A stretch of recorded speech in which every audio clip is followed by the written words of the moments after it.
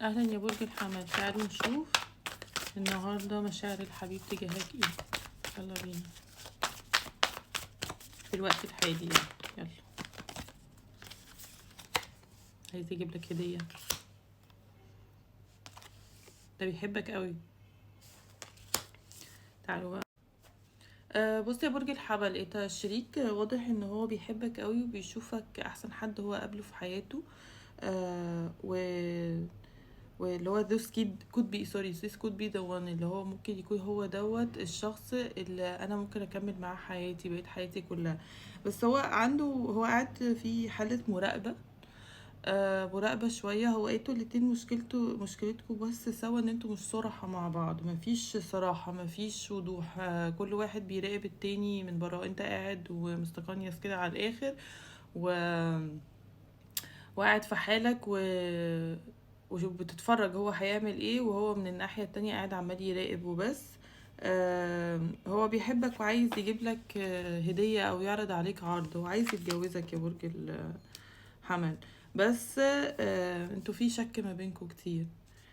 في شك ما بينكم، في اندفاع، في تسرع، في مش بتعبروا عن نفسكم بشكل صح تجاه بعض. مشاعركم حتى لو زعلانين من بعض ما بتعبروش بشكل صح. ليه؟ لان انت واضح يا برج الحمل ان انت وخدها برضو في قصة حياتك، لان ديك رائع عامة. لان حد فيكم عنده مشاعر الامومة، مشاعر الام، اللي هو بيسامح، بيعدي، مش عايز يعمل مشاكل، مش عايز يعمل حوارات. بس دي بتبقى غلط. ليه؟ لان انت معناها ان انت بتقول للشريك يا برج الحمل غلطك مباح، عادي جدا، اغلط براحتك.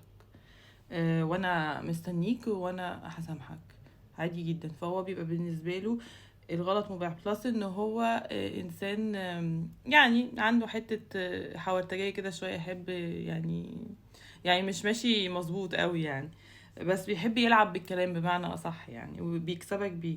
بس فهو قاعد عمال يراقب وحاسس ان انت قاعد حزين كده في مكانك، وهو برضو قاعد حزين، وانتوا عمالين تراقبوا من بعض من بعيد وخلاص. هو ده اللي انتوا بتعملوه. آم، هو بيزعل دايما. اكتر حاجة بيزعل منها النكد، وان انت ان هو يحس ان ان في دراما كتير، مشاكل كتير، حاجات كده كتيرة. ده بسبب حساسيتك يا برج الحبل جدا. واضح ان انت بتتعامل مع الشريك ده بطريقة حساسة قوي. فدوت بيضايقه، خصوصا لو هو برج مائي، لان انا واضح عندي ان هو ممكن يكون برج مائي. فدول بيبقوا حساسين جدا بقى، فاهم يا برج الحبل؟